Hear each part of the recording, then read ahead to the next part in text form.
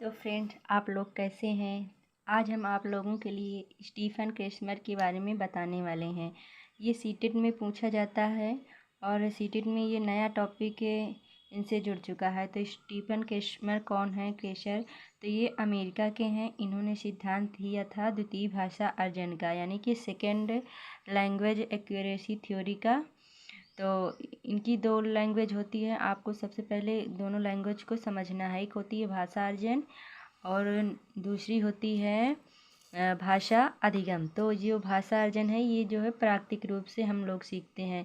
प्राकृतिक रूप से जैसे कि हमारी डेली की लैंग्वेज है। जैसे बच्चा छोटा हुआ तो अनुकरण करके सीखता है, यानी कि मातृभाषा। फिर सेकेंड लैंग्वेज जो आती है भाषा अधिगम, ये संसाधन से सीखी जाती है। यानी कि जैसे आपकी सेकेंड लैंग्वेज इंग्लिश, उर्दू हो गया, संस्कृत हो गया, तो आप इस भाषा को स्कूल में सीख सकते हैं। इसके लिए बुक आपको लेनी पड़ेगी और संसाधन उपलब्ध कराने पड़ेंगे। ठीक है, तो इसी के बारे में जो है क्रेस्मर ने बताया है कि हम अपनी द्वितीय भाषा को कैसे सीख सकते हैं। तो देखिए, यहाँ ये कह रहे हैं कि बिना किसी संसाधन के हम सेकेंड लैंग्वेज को सीख सकते हैं, जैसे कॉपी करके सीखना। तो कॉपी करके सीखना के बारे में आपको ये बता रहे हैं। तो कॉपी करके कैसे सीखना? अगर आपके घर में किसी को इंग्लिश आती है तो आप उसको जो है उसका अनुकरण करेंगे। तो आप उसका जब अनुकरण करेंगे तो आपको टू द पॉइंट तो इंग्लिश आएगी नहीं। फिर भी आप जो है आपको इंग्लिश में बात करना या उसका अनुकरण करके सीख जाएंगे। जैसे आप मातृभाषा को सीखते हैं वैसे इंग्लिश को भी सीख सकते हैं। तो यानी कि सेकंड लैंग्वेज को उन्होंने क्या बताया है? कॉपी करके सीखना। इन्होंने 5 परिकल्पना भी बताई है। तो फर्स्ट परिकल्पना आपको अर्जन और अधिगम है, जो प्राकृतिक भाषा और संसाधन के द्वारा है। और सेकंड जो है निगरानी परिकल्पना है, यानी कि मॉनिटर करना।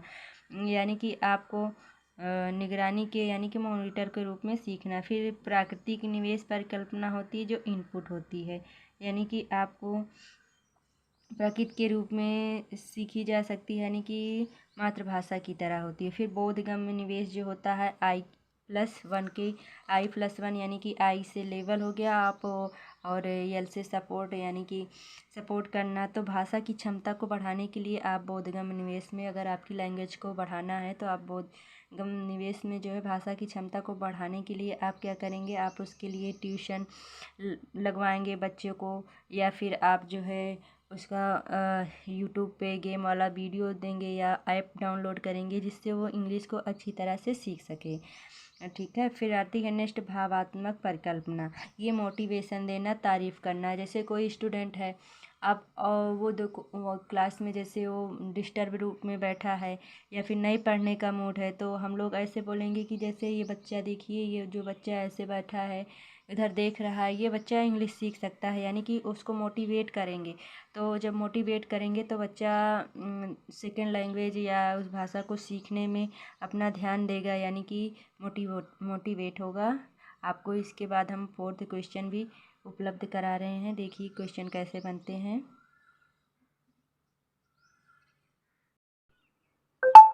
तो यहाँ देखिए फर्स्ट क्वेश्चन है, ये क्रेस्मर से लिया गया है, स्टीफन क्रेशर से।